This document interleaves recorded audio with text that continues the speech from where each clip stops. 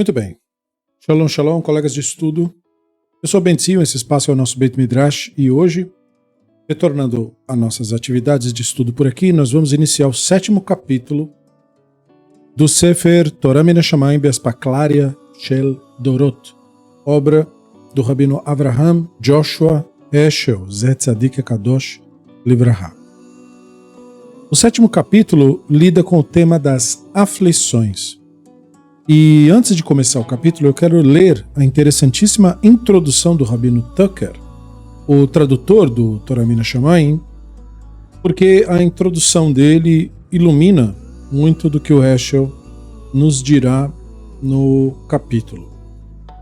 As palavras dele são o seguinte: tendo lidado com diversos caminhos, diversos modos pelos quais os nossos dois modelos de pensamento religioso nos levaram com respeito à ideia do relacionamento do divino com o sofrimento humano. Então, tendo lidado com isso, que foi o capítulo 6 e tal, Heschel agora prossegue para explorar o aspecto e a correlação deste sistema religioso de ampla magnitude, ou seja, o caminho nos quais os seres humanos se relacionam com o sofrimento. A aflição é redimível no sentido de que carrega nela mesma a possibilidade de algum entendimento maior, ou é uma experiência mais intensa da vida e, portanto, em si mesma sem sentido? O ponto de vista nihilista sugeriria que o sofrimento não tem sentido e que seria como se fosse uma maldição que deve ser suportada para propósito nenhum além do fato de estar ali. Mas os rabinos não eram nihilistas.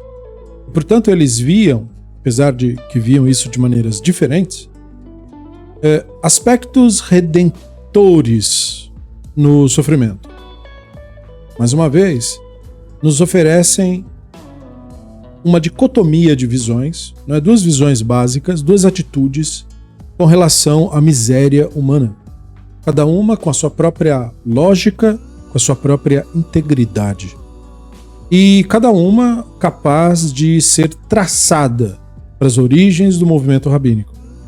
Como Heschel nos apresenta nas traduções textuais, nosso objetivo é saber fazer a divisão entre os paradigmas akivianos e ismaelianos. Uma atitude em relação às aflições as vê como manifestação da justiça divina. Isso é evidente em tais declarações como no comentário do Tehillim 36:7. O justo, aquele que aceita a Torá, recebe a mais alta beneficência divina, enquanto o perverso, aquele que rejeita a Torá, recebe o mais profundo julgamento divino. Isso provê uma rede e um esquema racionalizante para o entendimento do papel do sofrimento no mundo. Seria natural e inevitável o resultado da rebelião, retribuição por insubordinação à autoridade divina.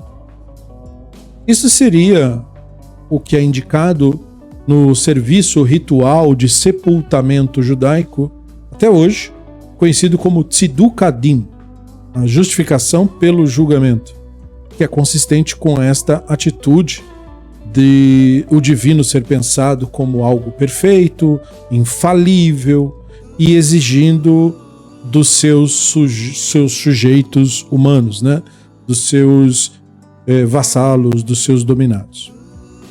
Nossa aceitação na fé e na resignação teria semelhanças com a atitude de Iov, como interpretado por muitos, e que, portanto, não seria algo que seríamos capazes de compreender em última análise.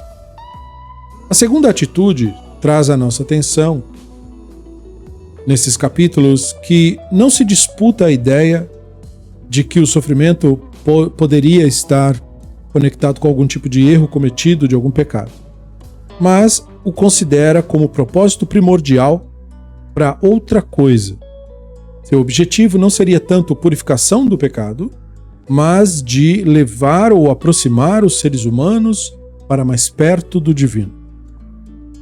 Tanto maior os meios de expiação, aflição, podem ser então criados para fazer uma ligação com o divino. Esse seria o porquê, de acordo com essa visão, das aflições serem mencionadas como tendo vantagens. A mesma é dita como sendo algo que se adquire através de aflições. Consistente com esta atitude, então, o divino aqui é descrito como algo vulnerável, empático e que busca solidariedade, inclusive. Assim, a aceitação do sofrimento, nesta visão, não é resignada como a do Iov, né, emudecida. Mas, em vez disso, é mais positiva e seria a aceitação jubilosa, né, nascida de uma solidariedade e de um partilhar excitante da experiência divina nisso mesmo, né? Porque nessa visão de mundo o divino sofre também. A primeira atitude é claramente, para Heschel, aquilo que se seguiria do postulado de uma ideia do divino transcendente, uma hierarquia acima de nós e, portanto, distante da nossa, aspas aí, dimensão. E a palavra dimensão tem que ter aspas porque isso aqui é só metafórico. Então, assim, não é surpresa nenhuma que seria repetidamente associada com a escola de pensamento do Rabino Ishmael e o motivo pelo qual a escola seria a fonte da descrição do divino como demonstração da mudez magéstica. Ou seja, o Rabino Ishmael é aquele que disse, né, discutindo um texto do Rabino Akiva sobre o sofrimento, ele fala: quem é como tu, Hashem, que olha o sofrimento dos seus filhos e fica calado. Então, em face da angústia humana. Nós veremos mais a respeito disso. Tal silêncio divino é um louvor apenas se o ponto de partida de quem está considerando é a centralidade da hierarquia vertical em relação dos seres humanos e o divino. Porque então ela demonstraria com clareza brutal que, tal qual é alto esta distância, é finito o estágio da nossa ação em relação à ação divina, por assim dizer. Para usar uma frase que é meio padronizada hoje em dia, esse silêncio de Deus é o silêncio do motor primordial, né, do unmoved mover, né, daquele que move, mas ele mesmo não se move. Heschel pode ser facilmente antecipado, visto a segunda atitude como tipificando a visão arquiviana. A segunda atitude, atenção. O foco da imanência da ideia do divino de Israel implica que o sofrimento pode e deve ser visto como mais do que a dor imediata que eles causam.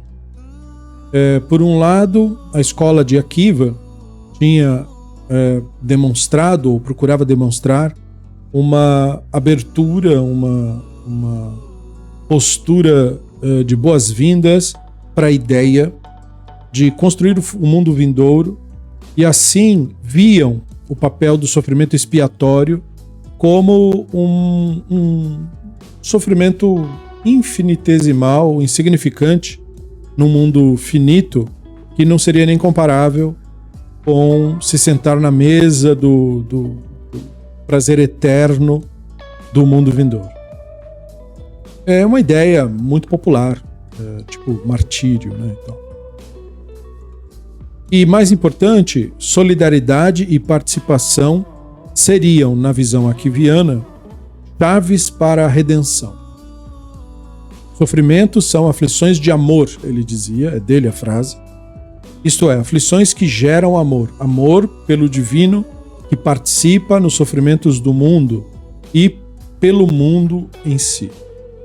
Esta ideia do divino como empático é um retrabalho de uma velha frase que foi mencionada pelo Heschel, né, que querida para o Heschel, foi querida para ele, que é o Most Moved Mover, né? Ou seja, o movedor que mais move, né? O mais movido dos movedores. Uma Mishnah no Tratado de Berachot, capítulo 9, instrui a agradecer o divino pelo mal, assim como pelo bem. Ambos tendo o seu efeito em nos ajudar a amar o divino e o mundo. E na visão akiviana, o mal não existe no sentido absoluto, mas apenas num mundo que a percepção humana é deficiente.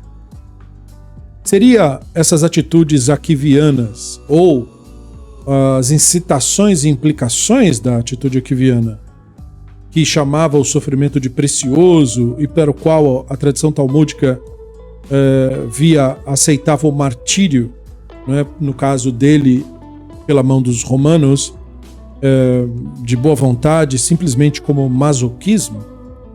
Heschel é sensível a este problema e se esforça em nos assegurar que o Akiva não valorizava o sofrimento per se, mas apenas como meio de se atingir um objetivo maior, percepção de que há uma ligação próxima entre Israel e o divino. Séculos depois, Baruch Spinoza também é visto numa similar luz por essas afirmações de que o mal seria um resultado da percepção humana e que o seu desejo seria que transcendêssemos nossas dores para o mais alto e o entendimento mais intuitivo da unidade da realidade. Levi Spelwa chamou isso de galões de humor escritos sobre metafísica e também um fio de masoquismo. Spinoza foi, é claro, um pensador que não era akiviano e que, para ele, né, a divindade necessariamente não tinha que ter personalidade, o que, portanto, é algo absolutamente distante da visão akiviana de divindade empática. Mas, certamente, eles teriam isto em comum: acreditar que poderia haver um júbilo incomum na participação dos sofrimentos de dor conjuntos com a totalidade das coisas, sentindo-se como parte de um todo e, portanto, fazendo isso para abarcar essa, então, unidade. Isto não seria masoquismo, mas, em vez disso, a interpretação da natureza e da experiência que podem nos servir de armadilhas para nos impedir a atingir níveis maiores de compreensão e entendimento. Esta não seria a resposta ao sofrimento que apareceria apelativa para grande parte das pessoas, mas ela teria coerência e poder a ela, e Heschel aqui demonstra que ela tem raízes profundas na tradição rabínica. Isso nos leva à apreensão de ainda outra conexão entre as atitudes em relação ao sofrimento dos nossos paradigmas principais, ou seja, das escolas de pensamento do Akiva e do Ishmael. Nestes capítulos, Heschel está, de fato, nos dando uma recapitulação daquilo com que começamos, uma divergência fundamental na questão de como nós lemos os ensinos, as ideias e tal. Aqui, o que está sendo lido não é o texto no sentido comum, mas, em vez disso, a experiência. Mantendo-se verdadeiro a forma, o paradigma ismaeliano insiste numa leitura naturalista de senso comum da experiência. A dor deve ser vista pelo que ela é e deve ser explicada logicamente, tal como a retribuição do mestre acima. O paradigma akiviano requer que a experiência, como um texto das Escrituras, sejam lidos com exegese esotérica. Nossa experiência e dor e aflições devem ser vistas como códigos de uma realidade profunda, que seria a imanência divina e de que somos parceiros e coparticipantes disso. O martírio mesmo pode ser seguido dessa intensa solidariedade com a divindade imanente. E é, sem dúvida alguma, um ponto de vista aquiviano que é refletido em outras religiões, e aqui ele cita o cristianismo, né, um trechinho do Evangelho de João, aonde você vê essa ideia aquiviana reproduzida. Né? Então ele fala: não existe mais amor do que este, de que um homem dê a vida pelos seus amigos. Então aqui, né, se fala de aflições que geram amor pelo divino e pelo mundo. E o amigo é o divino, então. Entendeu? Não é o amigo comum, mas o divino. Né? É o martírio. E uma nota final, agora o Tucker nos dá. A leitura ismaeliana da experiência, que é, como toda a leitura lógica, sujeita à refutação e falsificação. Assim, apesar da atitude, não é, promulgar uma aceitação resignada, tal qual a de Iov, e a expressão piedosa da confiança na justiça divina, mesmo que desconhecida, ela é sempre desafiada pela aparente injustiça do sofrimento humano. Sempre. Né? Então ela é muito diferente da visão de Akiva, porque a Akiva ela é irrefutável, porque ela é uma questão de crença. Crença não é refutável. Crença é uma completa dissociação da realidade. Já a visão ismaeliana não, é você tentar lidar com a coisa como a coisa é. Aí ela é refutável, debatível, discutível, dá para melhorar, entendeu? Dá para trabalhar com ela. Então, não há descanso aqui. Talvez haja até um ressentimento para aqueles que veem o sofrimento como julgamento da ideia de divindade transcendente. Né? Porque neste caso, há o que discutir. Questões sobre a confiança, né, sobre a confiança no divino, são constantes. Tal qual Escher nos mostra que você tem equações aí sobre o nosso status, que são colocadas como se fosse o status de um escravo cananeu, cujo mestre tem poder absoluto sobre ele, ou seja, né, o divino tira Israel do Egito, fala para eles celebrarem a liberdade, mas em última análise nos trata como escravo cananeu, que não tem direito nenhum. Não é? Entendeu? Mas que procuraria a liberdade deste poder, né, dessa disciplina do mestre, quando ela se torna excessiva e injusta. A leitura esotérica aquiviana desta experiência, como toda a exegese dele, não é sujeita à refutação e nem sujeita a questionamento. Então, ao contrário da visão de Ishmael, que pode ser e deve ser discutida, a do Akiva não pode ser discutida. Porque questões de crença só existe, você aceita ou você rejeita. Você não tem que discutir aquilo. Crença não se discute. Porque crença não é baseada em raciocínio nenhum, em conclusão nenhuma. Ela é uma crença, uma ideia com a qual você se apegou. Você escolheu essa ideia por qualquer razão. Você não precisa de um motivo para isso. E ela coloca um nível diferente de compreensão e a ideia, né, de unidade última, que revela os problemas da teodiceia, né, da revelação divina, como pseudo-problemas. Né? Ou seja, o sofrimento humano, na verdade, não é sofrimento. Mesmo que as pessoas estejam sendo massacradas e mortas, no fundo elas não estão sendo massacradas e mortas. Percebeu? É mais ou menos isso. E também aponta para uma eventual revelação de justiça e de equidade no mundo vindouro. Claro, a revelação não ia ser agora, né? No mundo mágico. Em outras palavras, o paradigma aquiviano lida com as anomalias aparentes, consideradas por ele aparentes, da experiência por meio de mudanças fundamentais de axioma. Né? Em outras palavras, é como você está sentindo dor por uma doença e de uma hora para outra resolver que o que está causando a sua dor não é uma doença. Entendeu? Mesmo que seja.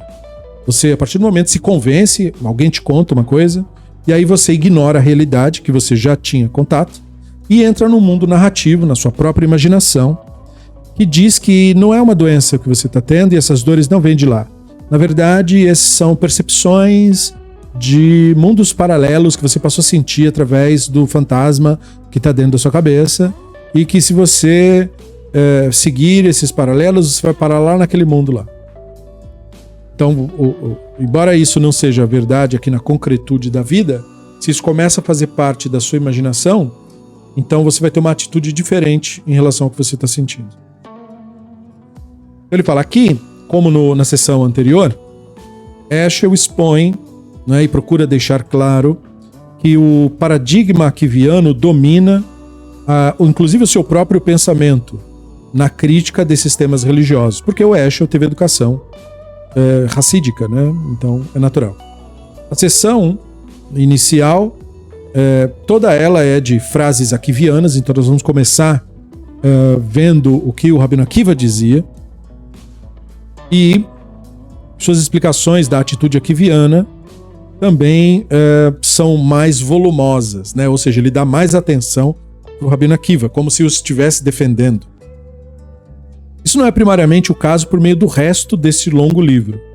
E talvez sugira um espaço de autonomia que foi nos outorgado pela divindade transcendente, que para lidar com as respostas insatisfatórias da primordial e terrível experiência do mundo como um todo e dos seus tormentos.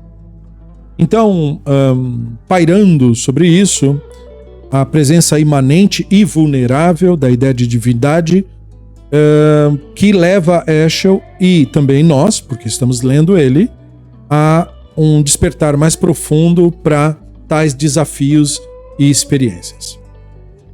Muito bem, então isto foi introdução do 7º capítulo, então nós vamos começar. Primeiro parágrafo é Let a person rejoice more in affliction than in fortune. Que uma pessoa se alegre mais na aflição do que na boa fortuna, nos bons momentos, quando as coisas estiverem bem. Então, como o Tucker nos falou, ele começa dando para nós as visões aquivianas. Então vamos lá. Nenhum dos sábios de Israel naquela era entrou mais profundo e lidou mais profundamente no mistério da aflição humana do que o Rabino Akiva. Atenção, sábios de Israel. Não quer dizer que outros sábios gregos, romanos não pensaram. Ele está falando de sábios de Israel. Ele notou a seguinte distinção entre as nações, os estrangeiros e a comunidade de Israel. Quando boa fortuna brilha sobre eles, eles honram seus deuses. Quando a adversidade vem sobre eles, eles amaldiçoam seus deuses. Mas com Israel, quando eu trago a eles boa fortuna, eles agradecem. E quando eu os aflijo, eles também agradecem. Isso é uma citação direta da Mechilta. Além do mais, não apenas o Rabino Akiva nos proibia de questionar as ações do santo, bendito seja, por tudo o que ele faz, pois tudo o que ele faz ser enraizado na verdade e na justiça, também a citação da Mechilta, mas que ele acreditava que as aflições podem ser uma recompensa e não meramente uma punição. Ele então nos dizia: um rei tinha 4 filhos, ainda na Mechilta, né? Então, nas parábolas aquivianas, Deus sempre é retratado como um ser humano, né? Então, um rei tinha 4 filhos. Ao apanhar, um ficou em silêncio, um protestou, um implorou por misericórdia. E o 4º disse a seu pai: sim, me bata mesmo.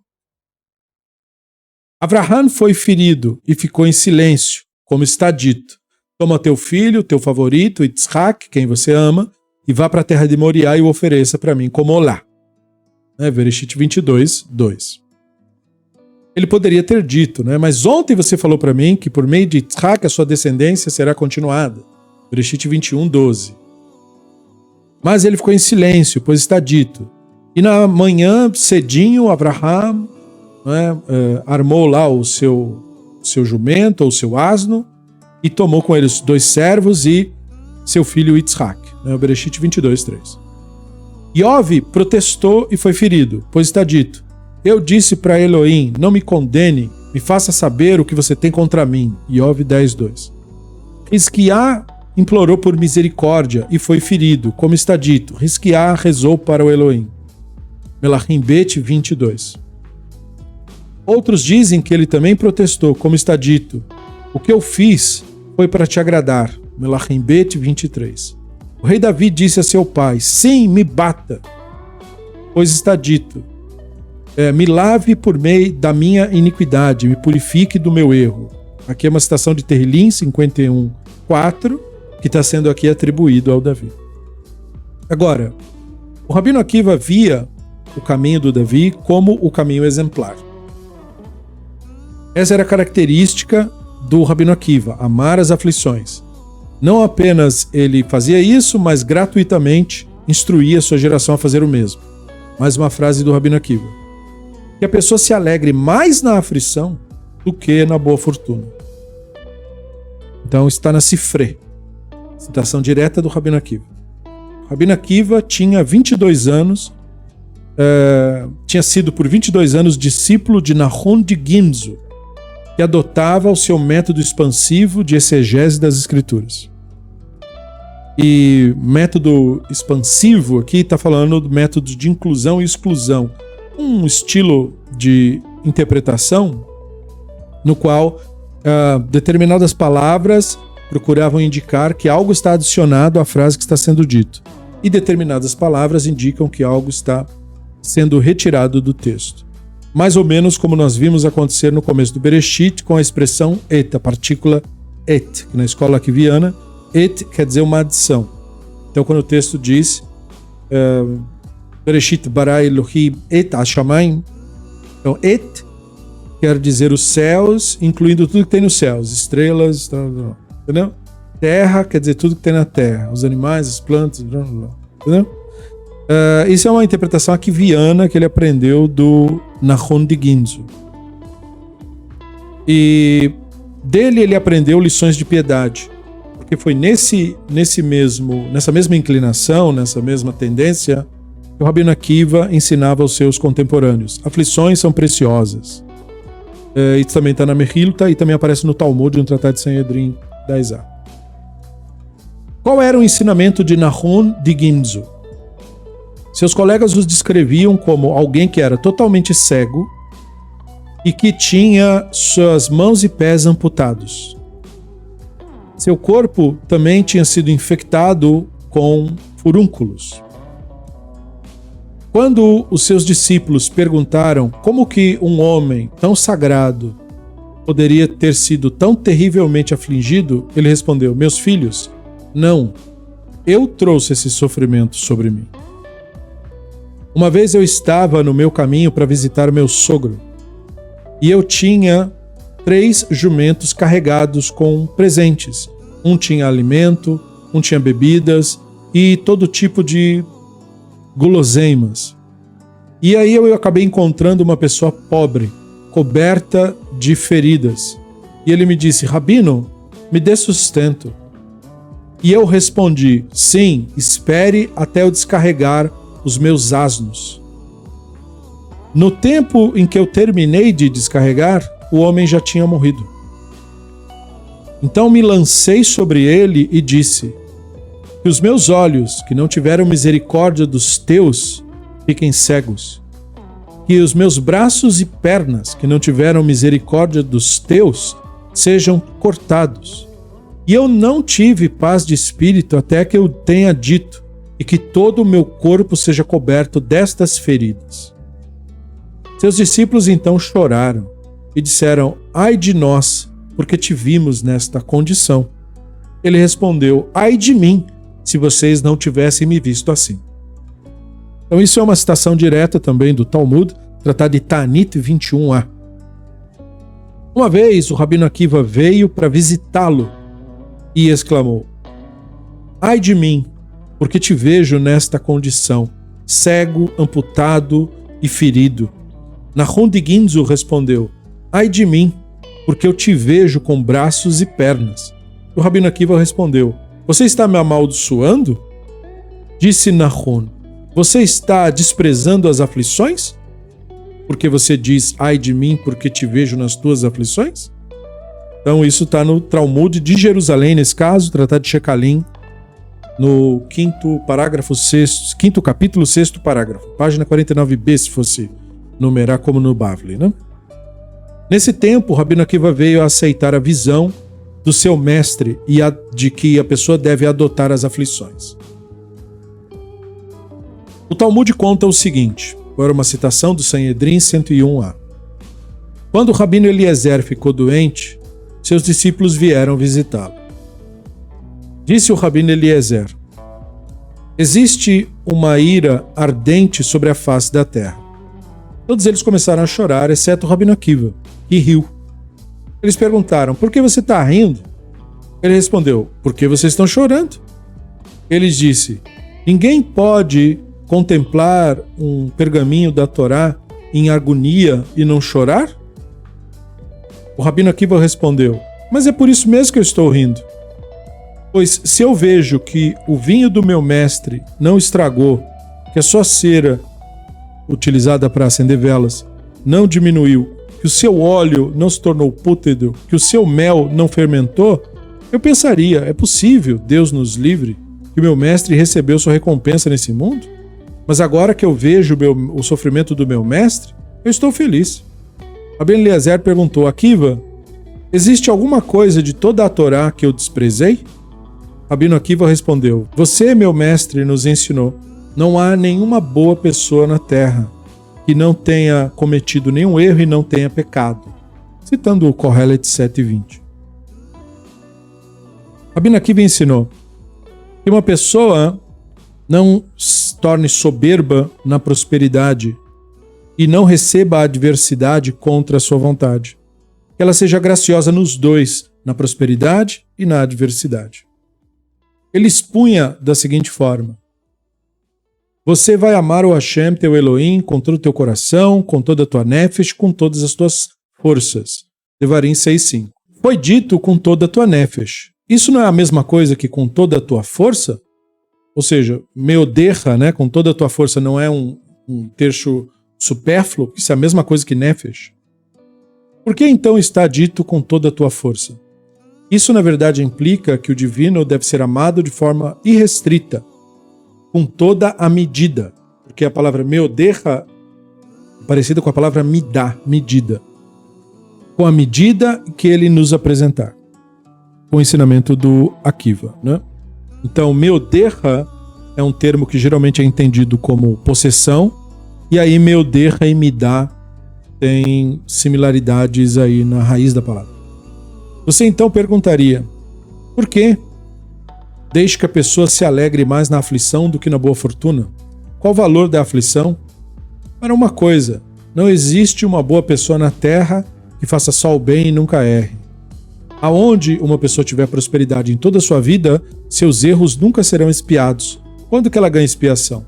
Por meio das aflições. Mas além de providenciar expiação, aflições têm uma vantagem dupla, porque nada restaura tão bem a decência de uma pessoa. O rei Menashe fez o mal aos olhos do Hashem por todo o seu reinado. Agora, é possível que seu pai Hisquiá, o rei de Judá, que ensinou Torá para todo mundo, negligenciou ensinar o seu próprio filho Menashe?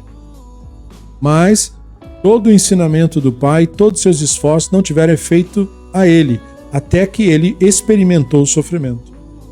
Como está dito, e no seu sofrimento, ele buscou o Hashem, seu Elohim, e se humilhou grandemente perante o Elohim dos seus antepassados.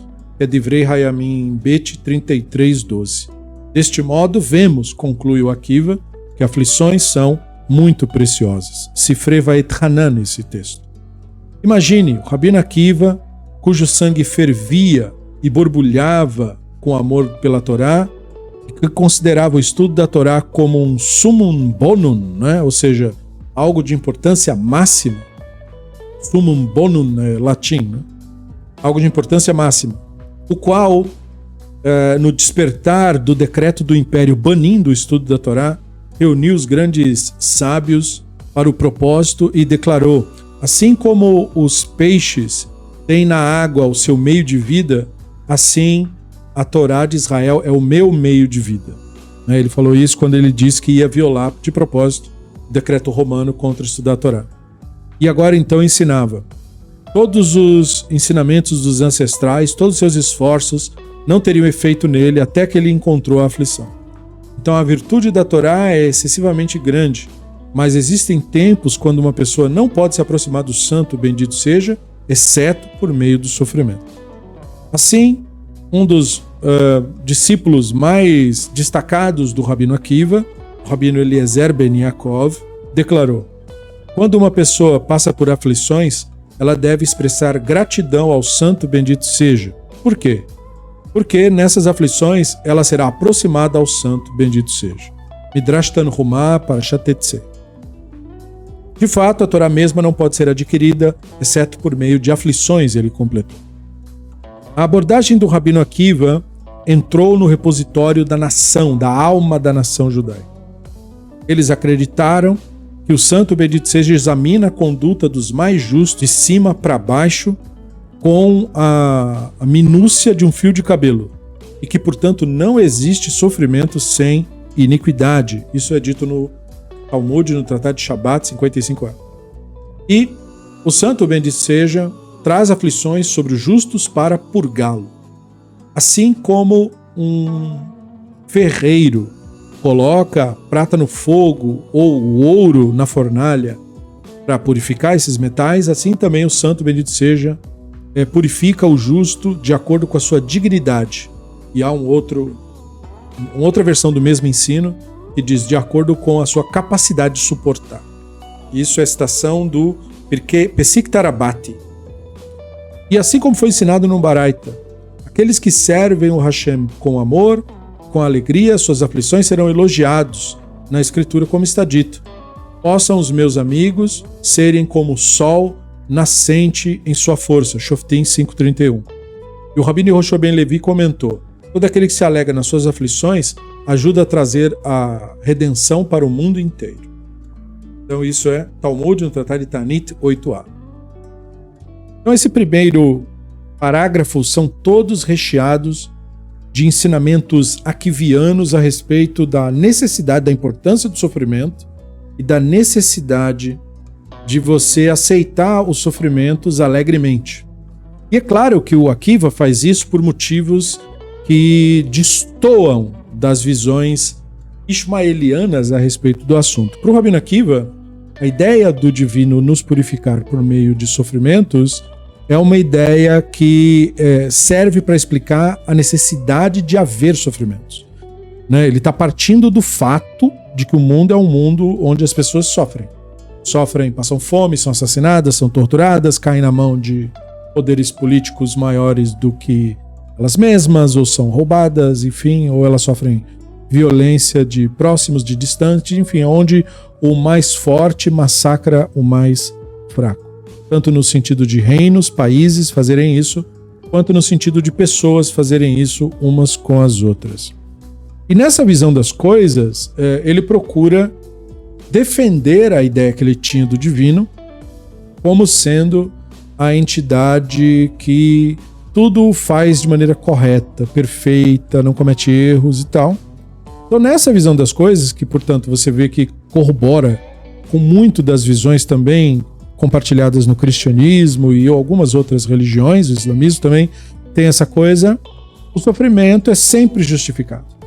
Né? E essa explicação do Akiva perdurou durante boa parte da Idade Média, mesmo em face do enorme sofrimento que as comunidades judaicas tiveram, especialmente, principalmente, por causa da incitação ao ódio tradicional já do cristianismo. Em todas as suas manifestações, católica, protestante, ortodoxa grega, não importa, sempre o antissemitismo esteve presente e as comunidades judaicas experimentavam massacres, literalmente, ou seja, às vezes todas as pessoas eram mortas e o lugar era destruído completamente. Então você fica sabendo daquela comunidade por meio de livros e literatura e correspondências que eram trocadas em outros lugares onde tais massacres não haviam acontecido. Então aí você sabe que ali existiu uma comunidade judaica. Isso aconteceu muito durante a expansão do Império Russo, aconteceu também durante cruzadas, aconteceu também, enfim, em diversos tristes momentos da história da humanidade, em diversos pontos do mundo, judeus enfrentaram assassinatos, pogrom, perseguição, espancamentos, roubo, tudo que você pode imaginar. E a motivação era pura e simplesmente a religião cristã, né? Ela tinha a necessidade de colocar os judeus como os principais figuras antagônicas da religião deles. E como nós falamos em outras oportunidades, essa atitude da igreja, oficialmente falando, só mudou há 50 anos atrás. Portanto, você tem um peso histórico muito maior, né? Você não tem a quantidade de história de cristianismo sem violência como você tem agora, tentando uma postura um pouco mais democrática, e pelo contrário, você tem ainda muita gente flertando de novo com aquela ideia e querendo um cristianismo de matar o outro, de destruir o outro, que esse seria, na visão dessas pessoas, a forma correta do cristianismo, né? De matar os inimigos. Então o Rabino Akiva viveu isso, ele viveu períodos de intenso sofrimento para a população e que, portanto, as suas palavras, suas ideias fizeram sentido para judeus durante muitos séculos, né? Elas só realmente começaram a ser questionadas e repensadas quando o Holocausto veio à tona, né? Quando a Alemanha nazista realmente tinha o objetivo não só de massacrar uma ou outra comunidade judaica especificamente, ou atacar as comunidades judaicas na Alemanha, mas como o plano, foi revelado que o plano era extermínio e teve amplo e alegre apoio da Ucrânia, da Polônia, né, de todos os países em torno da própria Alemanha, países que ela dizia que tinha que ver com ela e tal. E quando esses países se uniram alegremente nesse objetivo, com o apoio incondicional da Igreja Católica e da Igreja Luterana, então você vê que toda essa ideia do Rabino Akiva da justiça por meio do sofrimento simplesmente deixa de fazer sentido. Porque o extermínio envolvia um massacre sistemático, por exemplo, de crianças. 3 milhões de crianças foram mortas, não por acidente, não porque uma bomba caiu e machucou, não. Propositalmente para exterminar as crianças também. E as mães com as crianças nos colos, e os idosos, entendeu? E as pessoas que tinham algum problema de saúde. Então, o extermínio foi sistemático. E esse nível de barbárie ainda não foi totalmente digerido, né? E ele gerou um grande abalo nesta visão akiviana das coisas. Porque o Akiva e a sua visão akiviana, ela falava de sofrimentos pontuais, de situações, de eras, de domínio, como era pensado ser a invasão romana, porque já havia sido experimentado, bem pouco tempo atrás da invasão romana, a expansão macedônia, da qual se dizia, é o domínio do mundo, o cara vai dominar o mundo, e não durou muito. E antes dele, os domínios sassânidas, que eram presentes por séculos e que também sobre o qual se dizia durará para sempre, porque do ponto de vista das pessoas que viviam, para pessoas que nasceram e morreram sobre o Império Sassânida, era um império que durou para sempre para elas. Muitas pessoas sobre o domínio romano nasceram e morreram sobre a égide desse império, então mesma coisa, ninguém imaginava o Império Romano vai cair um dia, né? Mas o Rabino Akiva detinha a visão de que essas coisas passam, que o sofrimento persiste, ele é expiatório, mas ele passa. Agora, a questão da Segunda Guerra Mundial é mais do que isso. Porque não é uma questão de um sofrimento que passa, mas a revelação de um projeto específico de nações desenvolvidas, pseudo-intelectuais, com o objetivo de exterminar seres humanos, com o maior requinte de crueldade que você pode imaginar. Isso não foi feito por monstros. Isso foi feito por pessoas como muita gente aí que se diz cidadão de bem. Os nazistas, eles não eram criminosos. Eles eram cidadãos que não tinham, fora os crimes que cometeram no Holocausto, cometido qualquer tipo de crime.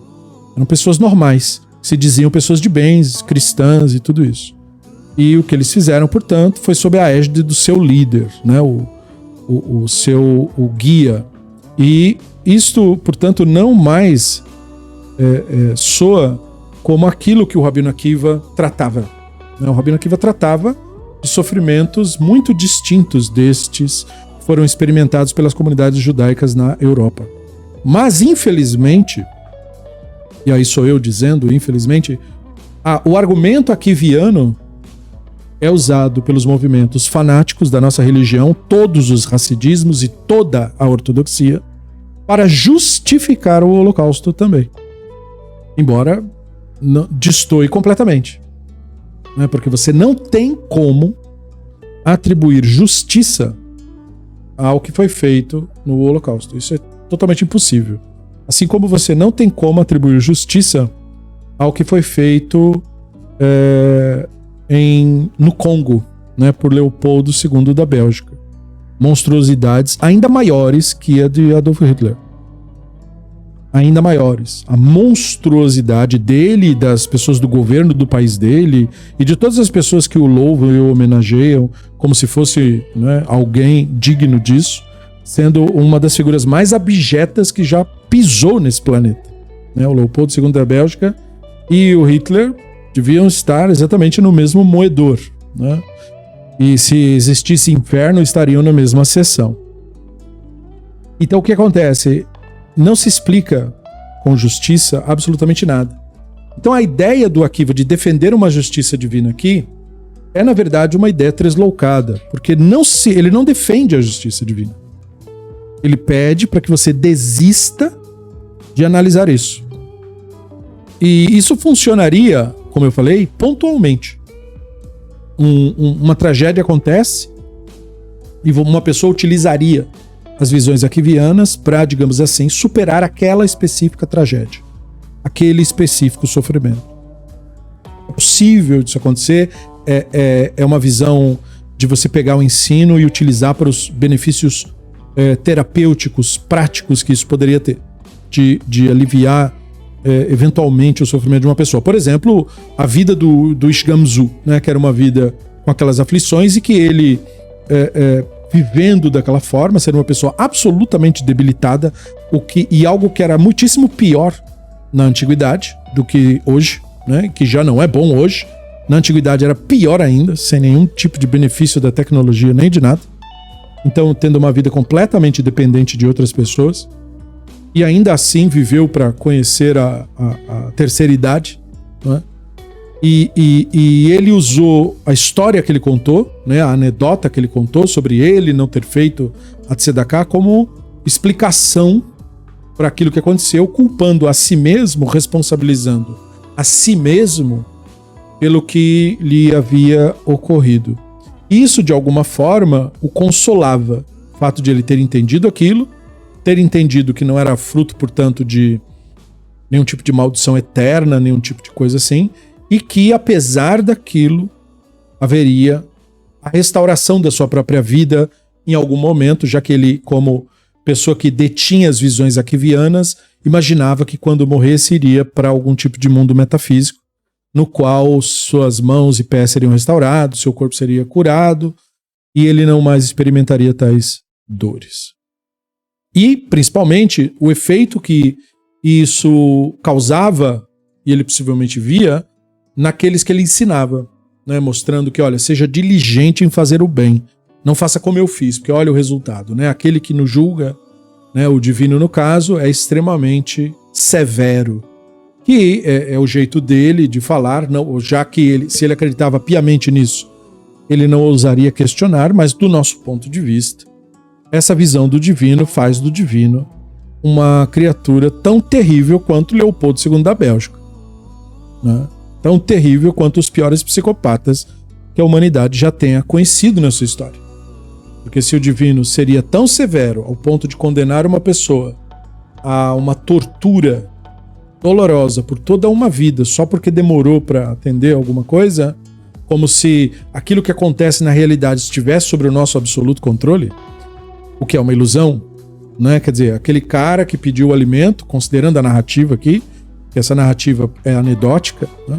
Mas considerando a própria narrativa, a pessoa que pediu o alimento poderia realmente estar nas últimas.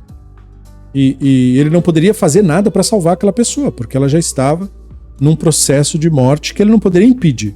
Ele, inclusive, procurou fazer alguma coisa, mas não deu tempo.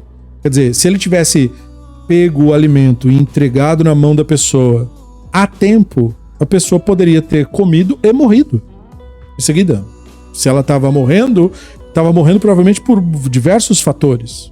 Não só a questão da pessoa pedir um alimento, podia ter uma doença, podia a fome ter causado algum tipo de doença, ela podia estar ferida, enfim, várias questões. Ele viu, a pessoa estava com doença, né? Tanto que ele falou que essa doença venha sobre mim e tal. Então, nós notamos através disso que houve um julgamento apressado da cena, causado pelo ressentimento e a tristeza de tudo isso. Mas se você imaginar a figura de uma divindade que assiste uma cena como essa e vê uma pessoa agir de boa vontade, tentando fazer o seu melhor para ajudar, não consegue e ainda assim a pune, o Deus do Rabino Akiva não é o tipo de cara que você queria conhecer. Não é bom esse Deus, né? Ele é o mais cruel ser que existe no universo, né? Porque ele causou o sofrimento daquele cara que estava morrendo de fome e ainda causou o sofrimento do cara que tentou ajudar. Dos dois. Causou o sofrimento dos dois. E última análise, porque ele, como sendo quem está controlando esse jogo, poderia naturalmente impedir que aquilo acontecesse, né? Então ele criou uma situação onde lhe é imposta de sopetão uma regra que você não sabe qual é, e aí se você não segue, você morre. Ou você é torturado pro resto da sua vida. Porque aonde está no texto da Torá, olha, quando você, né, tiver aí para ajudar o seu irmão, vá correndo ajudar seu irmão. Né? Você pode fazer da maneira que você pode fazer. Você pode se comover. Ele se comoveu. Porque ele parou o que ele estava fazendo, descarregou, quer dizer, ele ia preparar mantimentos para aquele cara se manter por vários dias ou meses. Entende? Mas ele não viu dessa forma, por causa desse pensamento akiviano do divino como um tirano que tem o direito de torturar, de matar, de destruir as pessoas. Dessa ideia de ver o divino como um tirano, né? Que teria aí o direito de torturar e matar pessoas pela violação das mínimas regras, né? Das coisas mais bobas que você desobedecer, você será torturado, esmagado, destruído, e você deve achar ainda isso bom, porque senão, quando você for um fantasma, você nem a recompensa não vai receber. É uma visão bastante triste se você olhar para isso, porque faz com que uma pessoa passe uma vida inteira de sofrimento sem nem mesmo procurar meios de resolver, né? Digamos que alguém aparecesse pro Ish Gamzu, que é o mestre do Akiva, e dissesse para ele, não, eu tenho uma solução para sua doença. É muito possível que ele recusasse. Ele dissesse, não, a minha doença não precisa de solução, porque eu preciso passar por esse sofrimento para eu morar lá no outro mundo. Imagine isso, né? E por um lado pode parecer resignação, mas por outro flerta muito com masoquismo, sim, né? Um masoquismo sacralizado, um masoquismo sacramentado, entendeu? Então essa visão akiviana, ela ganhou muita admiração e força nos grupos racídicos europeus que passaram por todos esses sofrimentos de perseguição por parte dos seus irmãos europeus, os alemães dos alemães, os poloneses, né, que são muito católicos, procuraram e se esforçaram muito em exterminar os judeus da Polônia, e da mesma forma os ucranianos fizeram a mesma coisa. Então, esse desejo de destruir o outro para justificar a minha crença foi muito experimentado pelos judeus europeus, o que fez com que eles vissem esse ensinamento do Akiva como uma espécie de alento distorcido de tudo isso, né? Para explicar todo esse sofrimento. Mas o Holocausto trouxe também a reflexão da banalidade do sofrimento humano, de como os seres humanos não são destruídos por monstros, mas por gente que está seguindo uma narrativa. Gente como eu e você, que devido a uma narrativa específica, né, no caso a narrativa fascista, nazista, pode ser levada a desejar a morte do outro, destruir o outro, matar o outro, sem nenhuma... como se não estivesse fazendo nada demais, né? Basta você rotular a pessoa de alguma coisa, né? Os judeus eram rotulados de bolcheviques, né? E aí pronto, você pode matar os bolcheviques, não tem problema, né? Hoje em dia, os comunistas, pode matar os comunistas, não tem problema. Quer dizer, esquecendo que tem um ser humano ali. Não é um ser humano, entendeu? Então, durante muito tempo, ser judeu não era sinônimo de ser humano, era sinônimo de ser sofredor. Então é por isso que judiar quer dizer tratar como judeu, ou seja, tratar mal. Né? Isso é uma tradição católica da nata da ideologia católica. Né? Da nata da ideologia católica. Então, essa questão do sofrimento da parte do Rabino Akiva não deve nos fazer perder de vista o grave problema de você tratar o sofrimento da maneira como o Akiva tratava, como uma coisa que deveria acontecer e que tem que ser bem-vinda. Porque uma coisa é o sofrimento inevitável da vida, né? Por exemplo, o parto, entendeu? Ou a própria morte, se a pessoa quiser ver a morte como um sofrimento, né? Ou o sofrimento do crescimento, né? A criança com os dentinhos crescendo, que machuca, que incomoda. Isso tudo exige essa abordagem akiviana. É um sofrimento, mas um sofrimento que faz bem. Entende? Que é o sofrimento do crescimento, do amadurecimento. É um sofrimento que faz bem. Agora, o sofrimento que o Rabino Akiva diz que tem que ser bem-vindo é o sofrimento causado pelos seres humanos a outros seres humanos. Como se esse sofrimento fosse o sofrimento que o divino está causando. E aí é o ponto que a escola ismaeliana vai discordar do Akiva e dizer não. Como é que você pode dizer que as atitudes sociopatas dos romanos é o divino atuando? Né? Ou como os racídicos hoje dizem, que a atitude dos nazistas era o divino, né? Exatamente como os nazistas escreviam nas suas roupas que Deus estava com ele, né? O lema dos nazistas era Deus, Pátria e Família, e em nome desse lema eles causaram imenso sofrimento para todos aqueles em quem eles conseguiram covardemente, porque não era, as pessoas não morreram sobre a égide nazista em combate, né? Como os soldados russos e os aliados, mas elas eram tratadas de maneira covarde. Eles matavam gente idosa, criança, mulher, com a criança no colo. Era esse tipo de covardia que caracterizava o sadismo deles. E isso não pode ser visto como uma ação divina, porque não há nada de divino nisso. Então há um enorme problema interpretativo na manutenção da visão akiviana no mundo pós-holocausto. Ela fazia muito sentido no mundo pré-holocausto, porque as notícias também não corriam tanto assim. Porque massacres como esse, né, também ocorreram na antiguidade, mas eles não tinham esse peso todo, eles não tinham essa questão de todo mundo ficar sabendo de toda essa maldade feita. E certamente não foi a intenção dos nazistas que ninguém ficasse sabendo do extermínio que eles estavam fazendo. Eles tentaram, com muito esforço, esconder o que estavam fazendo, como todo grupo que tem ideologia similar procura esconder os crimes que comete. Então, na medida em que isso veio à tona, e essa maldade da humanidade veio à tona, e aí se percebeu que era aquela ideologia que estava motivando isso, então a coisa transcendeu o mero ato, né? Nós queremos agora as causas, né? O que faz um ser humano desejar o mal de outro ser humano a esse ponto, de não ver mais aquele ser humano na frente dele. E aí nós entramos nessa discussão das narrativas e do poder que essas narrativas têm de distorcer a realidade em torno de nós, tirar de nós a nossa própria humanidade e nos fazer crer estar fazendo o bem, quando na verdade estamos fazendo o absoluto mal. E esse tipo de atitude, que é a atitude que motiva esses massacres, não pode ser vista como uma ação divina, porque não há nada divino nisso, não há nada da consciência nisso, não há nada do divino nisso. Percebeu?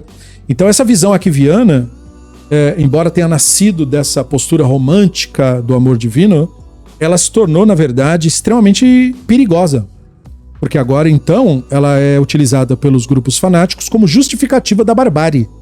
Tanto da barbárie ocorrida no passado recente, que é a barbárie da Alemanha nazista, como acaba sendo aplicada para toda e qualquer barbárie, inclusive a barbárie cometida pela própria ortodoxia. Então, e agora nos conflitos do moderno Estado de Israel, ainda mais, né? A barbárie ser santificada e tratada como um dever.